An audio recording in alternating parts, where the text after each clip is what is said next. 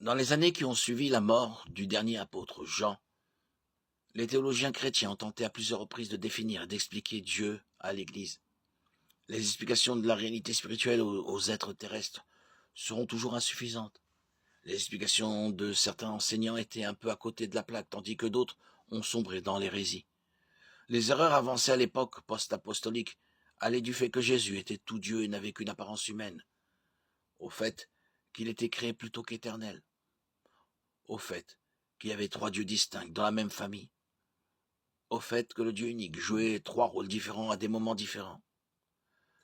Comme aucune religion ne peut exister sans que l'on sache qui ou ce que ses adeptes adorent, le besoin était donc grand de définir Dieu d'une manière sur laquelle tous les adeptes du christianisme seraient d'accord en tant que doctrine, officielle ou orthodoxe.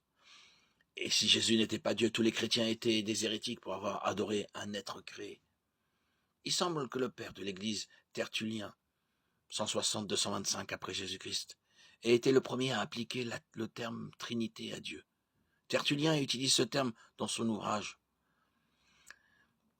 pour expliquer et défendre la Trinité contre l'enseignement de son contemporain, Praxeus.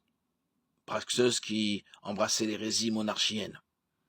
À partir de là, nous pourrons faire un bond en avant de plus d'un siècle de discussions, de schismes et de débats au sein de l'Église, jusqu'au concile de Nicée en 325 où la Trinité a finalement été confirmée comme doctrine officielle de l'Église.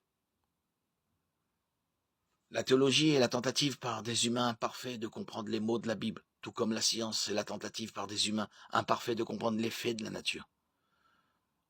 Tous les faits de la nature sont vrais, tout comme tous les mots originaux de la Bible sont vrais. Mais les humains sont limités et font beaucoup d'erreurs, comme l'histoire le montre continuellement. Ainsi, en cas d'erreur ou de désaccord en science ou en théologie, les deux disciplines disposent de méthodes de correction. L'histoire de l'Église primitive révèle que de nombreux croyants chrétiens sincères se sont trompés lorsqu'il s'est agi de définir la nature de Dieu. Une grande leçon sur la nécessité de l'humilité.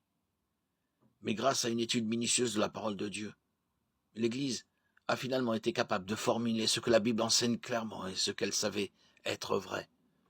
Dieu existe en tant que Trinité éternelle.